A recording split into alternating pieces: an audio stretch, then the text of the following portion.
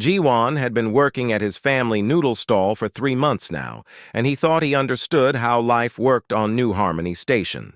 The strong aliens got the best food, and the weak ones got nothing.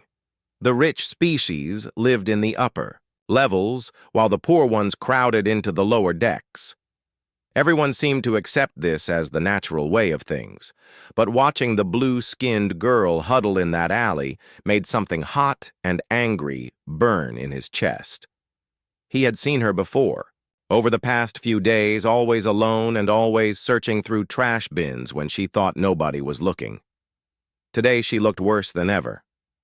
Her violet eyes were sunken, and her thin frame shook with weakness. What made Jiwon even angrier was how the other aliens treated her. Just this morning, he had watched a group of Thorian merchants throw rotten fruit at her for no reason except that she had walked past their stalls. They had laughed as the spoiled food splattered against her torn clothes, and she had tried to dodge away. The girl had not fought back or even said anything. She had just accepted the cruelty like it was normal. The other humans working in the food court had noticed too. Minyo, who ran the rice cake stand, kept shaking his head whenever he saw the girl being mistreated.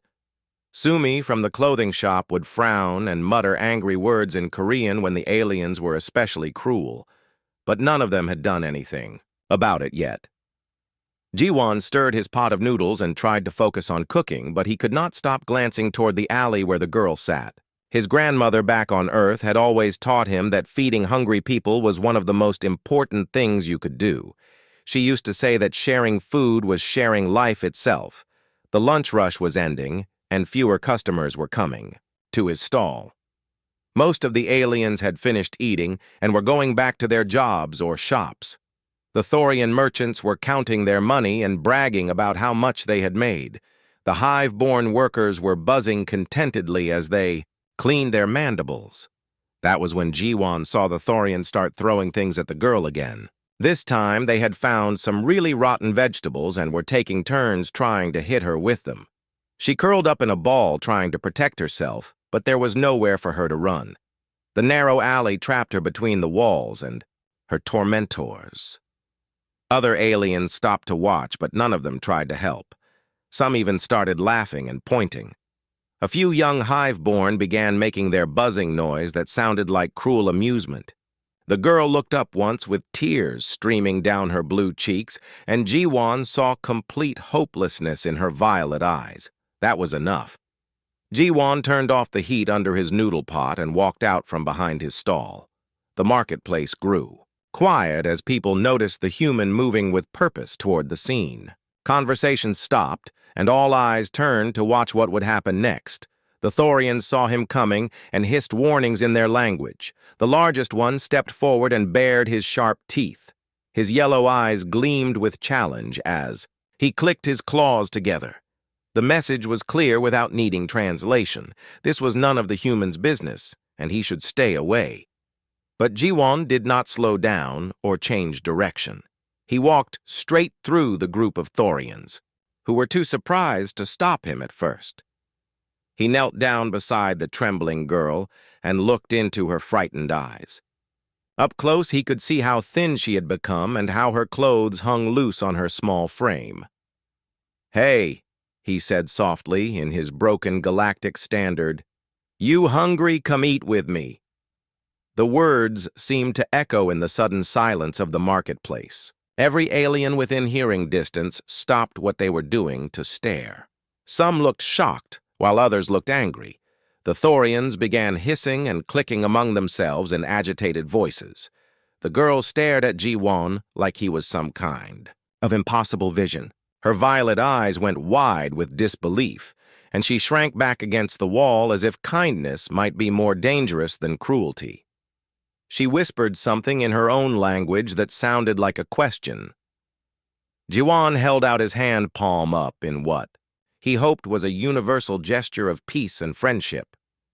"It okay," he said. "Come. Food good. You need eat." Slowly, very slowly, the girl reached out and touched his fingers with her own. Her blue skin felt cold, and he could feel how she was shaking. But when their hands met, she seemed to find some courage and let him help her stand up. She was even thinner than he had thought, and barely came up to his shoulder. The Thorians erupted in angry voices as Ji-won led the girl toward his stall. They called out warnings and threats in their clicking language. Some of the other aliens joined in with their own sounds of disapproval. The buzzing of the hive-born grew louder and more agitated. "Human fool," called out the largest Thorian in heavily accented standard. "That one is untouchable. You make yourself unclean by helping coward race." Ji-won turned around to face the angry aliens but kept the girl behind him protectively. "She just hungry person," he said simply. "I just person with food. Is not complicated." More voices joined the argument. Some aliens warned that associating with the lowest castes would mark him as weak and contemptible. Others said humans clearly did not understand proper galactic society. A few even suggested that the station authorities should be called to deal with this disruption of the natural order. But Ji-won ignored all of them and guided the girl to a seat at his stall counter. She sat down carefully as if she was afraid the chair might disappear if she moved too quickly. Her eyes darted around nervously, watching all the angry aliens who were still arguing and pointing.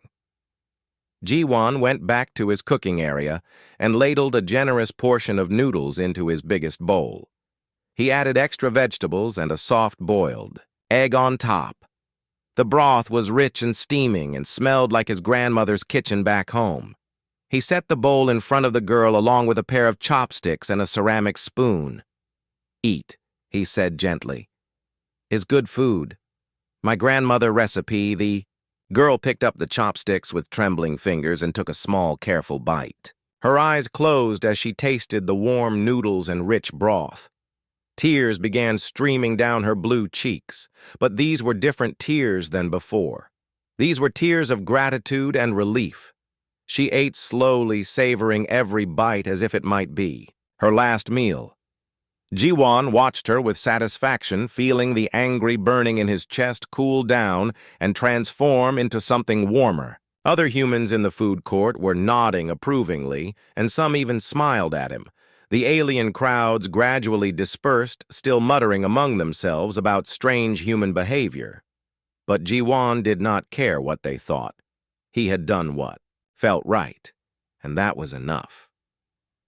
As he watched the hungry girl eat his grandmother's noodles, he felt like maybe he was starting to understand what it really meant to be human in this vast galaxy. Word of Ji-won's kindness spread quickly through the station. More humans began acknowledging Kira, offering small nods or sharing snacks. Minho, a human engineer, started teaching her basic maintenance skills so she could earn honest work. Sumi, who ran a clothing shop, gave her clean garments to replace her tattered rags. But this human compassion enraged the established alien hierarchy. The Thorian Trade Council complained to station management about disruptive human behavior. They argued that helping outcast species would destabilize the careful social order that kept the peace. The hive-born agreed, their collective consciousness declaring humans dangerously unpredictable. Station Commander Vorthak, a stern reptilian Kronar, summoned Ji-won for a formal warning. The young human stood before the towering alien leader, unafraid. "You will cease this association immediately," Vorthak commanded.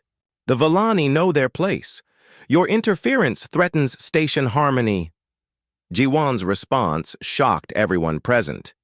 "If this is your harmony, maybe it needs to be threatened." His quiet defiance sent ripples through the alien community. How dare a human challenge established order so boldly? The bright lights of New Harmony Space Station hurt Kira's eyes as she pressed herself against the cold metal wall. Her pale blue skin made her stand out like a broken star among all the other aliens walking through the busy marketplace. Everyone could see she was Villani just by looking at her large violet eyes and the way she tried to make herself small and invisible. 3 days had passed since Kira last ate real food. Her stomach made angry noises that echoed in the narrow alley where she hid. The smell of cooking meat and fresh bread from the food stalls made her mouth water, but she knew better than to hope. No one would sell food to a Villani girl with empty pockets and torn clothes. The other aliens in the marketplace treated her like she was some kind of disease they might catch. When she walked past the Thorian merchants with their thick-scaled skin and sharp teeth, they would hiss and spit on the ground. Their yellow eyes would narrow with disgust as they whispered cruel words in their clicking language. Some would even throw small rocks or bits of garbage at her just to watch her run away. The tall insect-like hive-born were even worse in their own way. They would gather in small groups and make buzzing sounds with their wing cases whenever Kira came near. The noise sounded like laughter, but it was cold and mean. Their compound eyes would track her movements like she was prey they were thinking about hunting. Sometimes they would block her path on purpose just to see her stumble and fall. Even the smaller aliens avoided her. The furry Kethans would cross to the other side of the walkway when they saw her coming. The floating gas bag Numids would rise higher in the air to avoid being near her. Nobody wanted to be seen talking to a member of the coward race. Kira knew why they all hated her people. Every child in the galaxy learned the story in school. When the great galactic Union ships first arrived at Velan Prime, her ancestors had thrown down their weapons without firing a single shot. They had opened their cities and welcomed the invaders with gifts and ceremonies. No other planet had surrendered so completely and so quickly. The other races called it the Great Shame. They said the Villani had no honor and no courage. They said cowardice was in Villani blood and could never be washed out. Even now, 50 years later, every Villani in the galaxy carried that mark of dishonor. They were given the worst jobs and the smallest quarters. They ate last and complained never. Kira had been born on New Harmony Station. She had never even seen her home world, but still everyone treated her like she personally had thrown down those weapons. The other alien children had learned to fear and hate her before they could even speak her name properly. She had grown up with no friends and no hope of making any. Her parents had died in an accident in the lower maintenance tunnels when she was 12. The station authorities had put her in the care of other Villani families, but there were so few of them, and they were all struggling just to survive. When she turned 16, they told her she was old enough to take care of herself. That was 2 years ago, and she had been barely surviving ever since. The only work available to someone like her was cleaning the waste disposal systems or sorting through garbage for recyclable materials.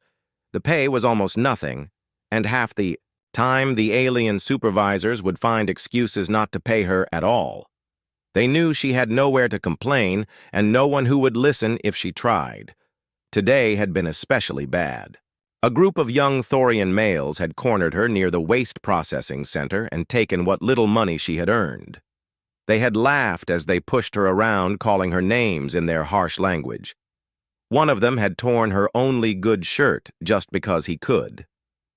They had left her sitting in the dirty alley with nothing but the clothes on her back and empty pockets. Now, as the artificial day cycle moved toward evening, Kira watched families of different alien species gathering around the food court tables. Thorian parents shared thick chunks of raw meat with their children. Hive-born workers passed around bowls of sweet nectar. Even mixed families with different alien types seemed happy and content as they ate together. The smells made Kira's stomach twist with pain. She pressed her hands against her belly, trying to make the hunger go away, but it only got worse. Her head felt light and dizzy from not eating. Her blue skin had grown pale, and her violet eyes had dark circles under them. She knew she should probably go dig through the garbage containers behind the restaurants. Sometimes the cooks threw away food that was still good enough to eat. But the shame of being seen doing that in front of all these families made her stay hidden in her alley. She still had some pride left even if she had nothing else. As she sat there feeling sorry for herself, Kira noticed something interesting. There was a section of the food court where the newest species in the galaxy had set up their stalls. The humans had only joined the Galactic Union 5 years ago, and they were still figuring out how everything worked. The humans looked strange compared to the other aliens. They had no scales or fur or wings or extra arms. Their skin came in different shades of brown and pink and yellow. They walked on only 2 legs and had hair growing only on the tops of their heads. But what made them really different was the way they acted. While the other aliens ignored the suffering around them or even added to it, the humans seemed to notice everything. Kira had seen them giving coins to beggars and helping lost children find their parents. They would nod politely to everyone regardless of species or status. Some of the other aliens thought this behavior was strange and weak. The Thorians especially seemed confused by human kindness. They would mutter among themselves about how soft and foolish the humans were. But Kira had also heard them talking nervously about human military strength. Apparently, these soft, foolish humans had fought a war against 3 different alien empires at once and won. That made them hard to understand and harder to dismiss. Right now, Kira was watching a young human male working at a small noodle stall. He had dark hair and kind eyes and moved with quick, efficient motions as he prepared food for customers. Unlike the other food vendors, he did not seem to care what species his customers were. She had seen him serve Thorians and Hive-born and even some of the lower caste aliens that most places refused to feed. The human looked up from his cooking, and for just a moment his eyes met hers across the busy marketplace. Instead of looking away in disgust like everyone else did, he seemed to really see her. His expression grew troubled as he took in her thin frame and desperate situation. Kira quickly looked down at her feet, afraid that even this small moment of attention would somehow make things worse for her. But she could not shake the feeling that something important had just happened. For the first time in days, she felt like maybe someone in this cold station actually cared that she existed. 3 days after Jiwan defied Commander Vorthak, the situation on New Harmony Station reached a breaking point. The alien leadership had spread word through their communities that humans were dangerous troublemakers who threatened the stability of their society. Some of the younger, more aggressive aliens decided to take matters into their own hands. Kira was returning from her new job in the engineering section when they found her. 5 young Thorian males had been drinking fermented grain alcohol and working up their courage to teach the human-loving Vellani girl a lesson. They cornered her in one of the maintenance corridors far from the main walkways where no one would see what happened. "So you think you are too good for proper treatment now?" snarled the leader, whose name was Vex. "You think having human friends makes you equal to real people?" Kira pressed herself against the metal wall and tried to make herself small like she had learned to do years ago. But this time was different. Instead of the usual name-calling and pushing around, these Thorians seemed really angry. Their yellow eyes glowed with hatred, and their claws were fully extended. "Please," she whispered in Galactic Standard. "I did. Nothing wrong. I just trying to survive." "That is the problem," Vex growled. "Cowards like you should not survive. Your whole race should have died out decades ago instead of polluting the galaxy with your weakness." The beating that followed was worse than anything Kira had experienced before. The Thorians took turns hitting her with their scaled fists and kicking her with their clawed feet. They broke 2 of her ribs and gave her a concussion that made everything spin and blur. When they were finished, they left her bleeding and unconscious in the narrow corridor. It was Jiwan who found her an hour later when she failed to show up at his noodle stall for the dinner they had planned. He followed the route she usually took, from the engineering section, and discovered her crumpled form in a pool of blue blood. For a moment he thought she might be dead, and his heart stopped beating. But when he knelt beside her, he could see the shallow rise and fall of her chest. She was alive but badly hurt. Without hesitation, he gathered her up in his arms and carried her toward the human medical bay. She was so light it felt like carrying a broken bird. Other humans saw him rushing through the corridors with the injured. Vellani girl and word spread quickly through their community. By the time Jiwan reached the medical center, a crowd of concerned humans had gathered. Dr. Yuna, the chief medical officer, took one look at Kira's injuries, and her face went hard with anger. Who did this? She demanded as she began treating the unconscious girl Thorians. Jiwon replied, 5 of them. They beat her because she was learning to work and eat with us. The humans in the medical bay fell silent as they absorbed this information. Many of them had been trying to stay out of the growing conflict between their community and the established alien hierarchy. They had hoped that quiet kindness would be enough to make things better without causing serious trouble. But seeing Kira's broken body made them realize that neutrality was not an option anymore. When people were being beaten for accepting human friendship, then humans had to choose a side. They could either stand with the victims or become complicit in their suffering. Jae-hyun, the chief of human security on the station, called an emergency meeting in the community center. More humans attended than had ever gathered for a single event since they arrived on New Harmony. Workers and shop owners and engineers and teachers all came to hear what their leader had to say. We came to the stars to be better than we were on Earth, Jae-hyun told the packed room. We left behind a planet full of hatred and division to build something new among the stars, but we cannot build anything good if we allow cruelty to happen in front of us. He gestured toward the medical bay where Kira was still unconscious and fighting for her life. That girl was beaten because she dared to accept our friendship. She was nearly killed because we treated her like a human being instead. Of like trash, the crowd murmured with anger and shame. Many of them had known this day would come, but they had hoped to avoid it somehow. Now they were being forced to choose between their comfortable position in galactic society and their most basic moral principles. What are you saying we should do? Asked Sumi, the clothing shop owner. Fight the Thorians, fight the whole station. No, Jae-hyun replied firmly. We do not fight with violence. We fight with something more powerful. We fight with the simple idea that every thinking being deserves dignity and respect regardless of what species they belong to.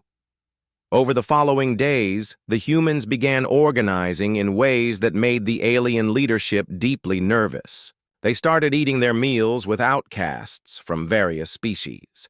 They offered jobs and housing to aliens that other communities rejected. They created support networks that crossed all the careful racial boundaries that had kept the station peaceful for decades.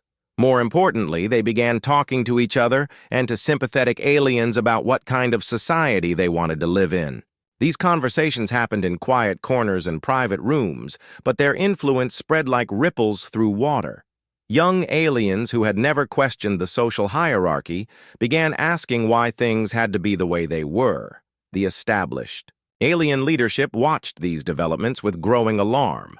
Emergency council meetings were called every few days to discuss the human problem. Some wanted to expel all humans from the station immediately. Others worried about the military consequences of making enemies of Earth's warriors. These humans are more dangerous than we thought, admitted Gorvak, the Thorian trade leader. They do not conquer with weapons. They conquer with ideas. And ideas are much harder to defeat than armies. The hive-born collective consciousness was equally troubled. Their species had survived for millions of years by following rigid social patterns that never changed.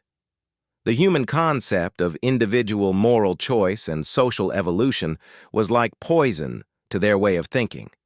Even some of the middle-tier alien species began to panic as they saw lower caste beings gaining confidence and starting to demand better treatment. The careful balance of power that had kept them safe and comfortable was beginning to wobble. Commander Vorthak found himself in an impossible position. He had tried reasoning with the humans, and it had failed. He had tried intimidation, and that had also failed. Now their influence was spreading to other species and threatening to tear apart the social fabric that held the station together.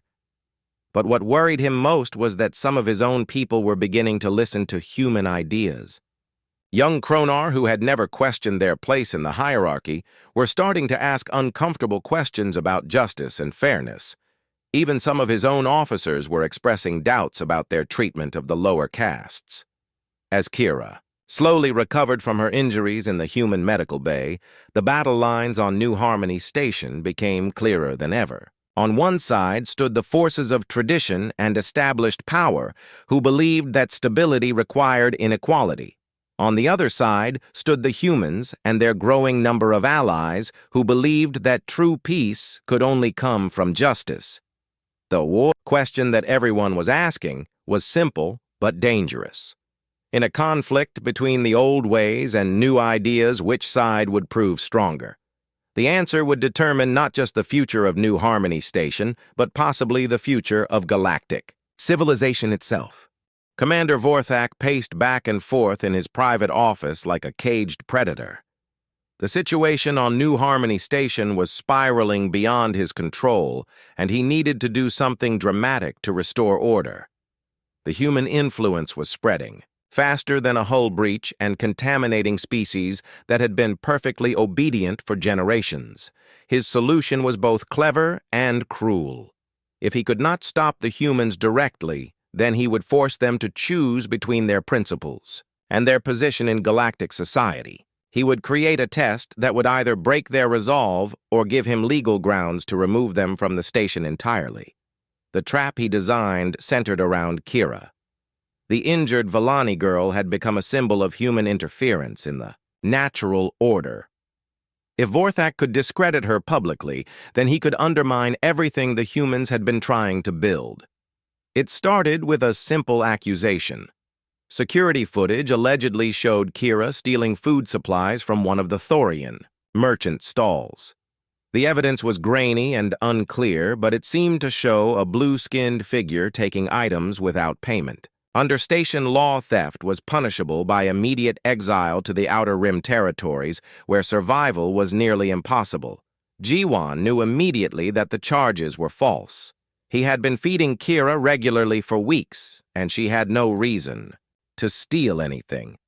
More importantly, he knew her character well enough to be certain she would never take something that did not belong to her. The girl was almost painfully honest about everything, but when he examined the security footage with the other humans, they had to admit it looked bad. The figure in the recording was definitely Vellani and appeared to be roughly Kira's size and build. Without clearer images, it would be difficult to prove her innocence in a formal legal proceeding. "This is obviously a frame job," declared Dr. Yuna as she studied the recordings. "But how do we prove it without better evidence?" Minho, the engineer, shook his head grimly. "They were smart about this. The recording is just clear enough to be convincing, but not clear enough for us to identify specific details that might contradict their story." The trial was scheduled for 1 week later in the station's main judicial chamber. Under galactic law, Kira had the right to defend herself or choose a representative to speak for her. Most aliens assumed she would plead guilty to avoid a longer legal process and hope for mercy from the court, but Jiwan had other ideas. Despite warnings from other humans that defending her could destroy his family's position on the station, he volunteered to serve as her advocate. His parents begged him to reconsider, but he refused to abandon the girl who had become like a sister to him. "If we do not stand up for her now, then everything we have said about human values means nothing," he told them. "This is not just about one Vellani girl. This is about what kind of people we choose to be." As word spread through the station that a human would defend the accused Vellani thief, the reaction was swift and polarized. The established alien leadership saw it as proof that humans were dangerously naive and unfit for civilized society. But some of the younger aliens and oppressed minorities began to see it as evidence that change might actually be possible. The week before the trial was filled with frantic preparation. Jiwan worked with other humans to gather evidence and build a defense strategy. Haisu, the translator, used her language skills to interview potential witnesses. Dongmin, the data analyst, combed through station records looking for inconsistencies. In the prosecution's case, what they discovered was both encouraging and terrifying. There were indeed holes in the evidence against Kira, but exposing them would require challenging some very powerful interests.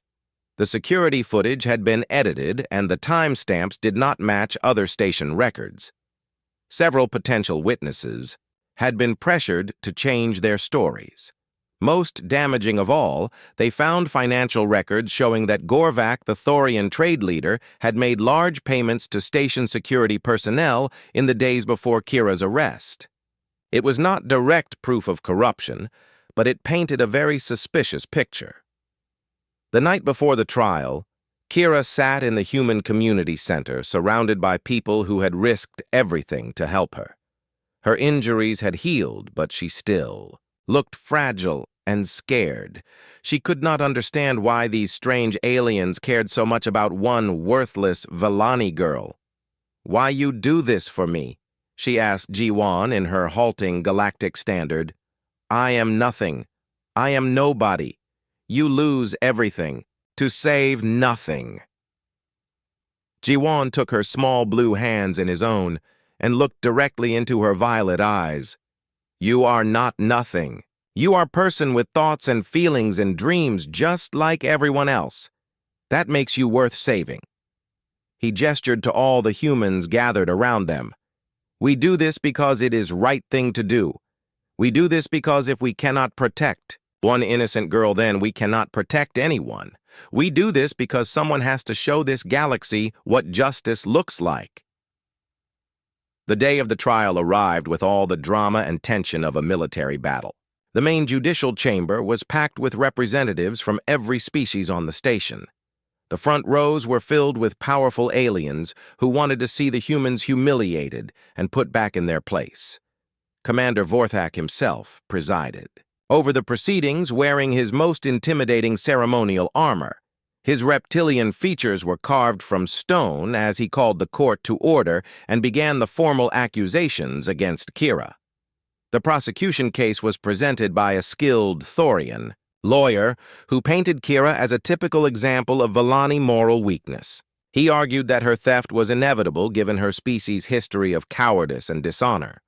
The security footage was shown multiple times, and witnesses testified that they had seen suspicious behavior from the defendant. When it came time for the defense, Jiwan stood up slowly and looked around the packed courtroom. He could see hostile faces staring back at him from every direction. These were beings who wanted to see him fail and his client punished. But he could also see a few sympathetic expressions, mostly from younger aliens and members of oppressed groups. "Honored court," he began in his careful galactic standard. "We are not here today to judge one girl's innocence or guilt. We are here to decide what kind of society we want to live in." His opening statement sent murmurs through the courtroom. This was not the usual approach for a legal defense. Most lawyers would focus on technical evidence and procedural matters. But Jiwan was trying to put the entire station's moral system on trial. "The prosecution wants you to believe that this girl stole food because she is Vellani, and Vellani are naturally dishonest. But I ask you to consider another possibility. What if she was framed because someone wanted to punish her for accepting human friendship?" One by one, Jiwan and his human allies presented their evidence. They showed the inconsistencies in the security footage and the suspicious financial transactions. They brought forward witnesses who testified that Kira had been seen elsewhere at the time of the alleged theft. Most powerfully, they called Nari an elderly human diplomat who had spent her whole life studying galactic civilizations.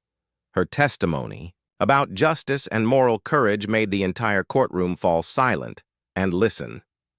"You call us young and naive," she said, looking directly at Commander Vorthak. "You say we do not understand galactic civilization, but we understand something you have forgotten. Civilization is not about maintaining power structures. It is about lifting up those who fall. It is about saying, 'Come eat with me,' to the hungry stranger." As the trial continued, something unexpected began to happen. Other outcasts and oppressed beings started speaking up and sharing their own stories of mistreatment. Members of subjugated species found courage they never knew they had. Even some younger aliens from dominant groups began questioning why cruelty was considered normal and natural. The trial that was supposed to destroy human influence on the station was instead becoming a rallying point for everyone who had ever been treated as less than equal. The old order that Vorthak was trying to protect was cracking under the weight of its own contradictions. The trial of Kira lasted 3 days, and by the end it had transformed from a simple theft case into something much larger and more dangerous.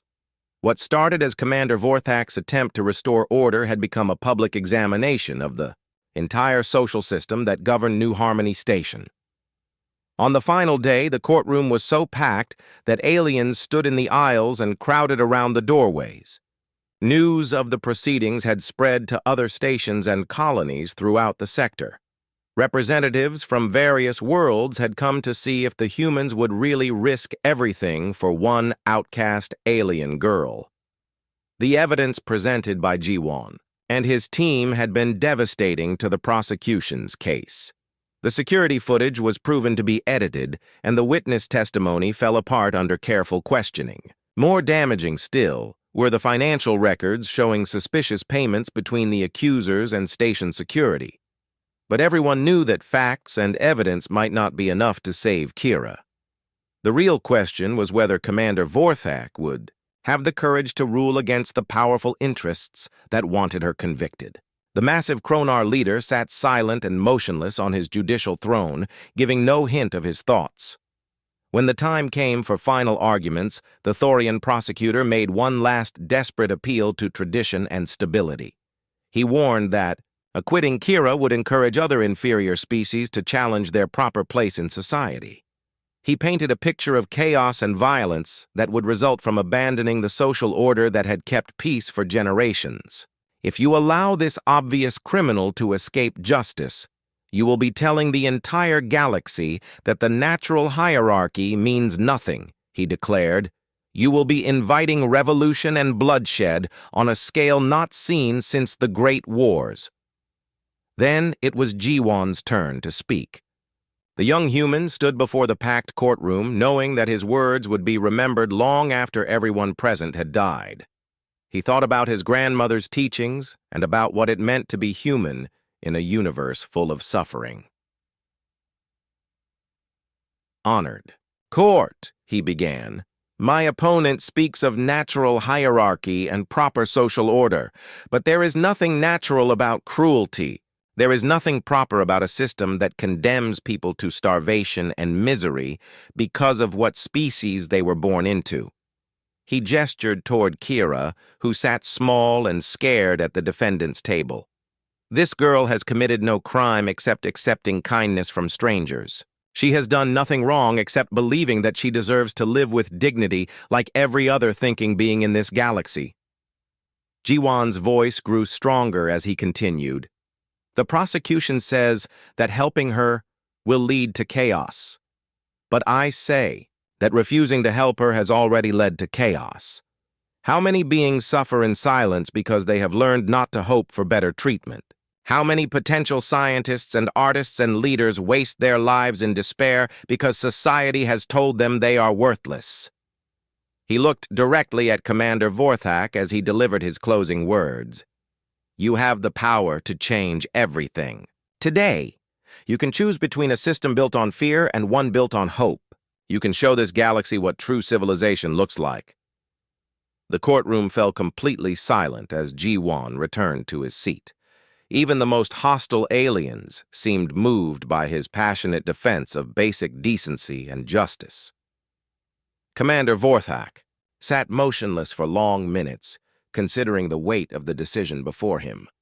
Finally, the massive Kronar leader rose to his feet, and the entire courtroom held its breath. His reptilian features were unreadable as he looked out over the sea of anxious faces. When he spoke, his voice carried the authority of decades in command. This court finds the defendant not guilty of all charges. The reaction was immediate and explosive. Supporters of the old order hissed and clicked in outrage, while advocates for change cheered and embraced each other. Kira collapsed into tears of relief as Jiwon hugged her protectively, but Vorthak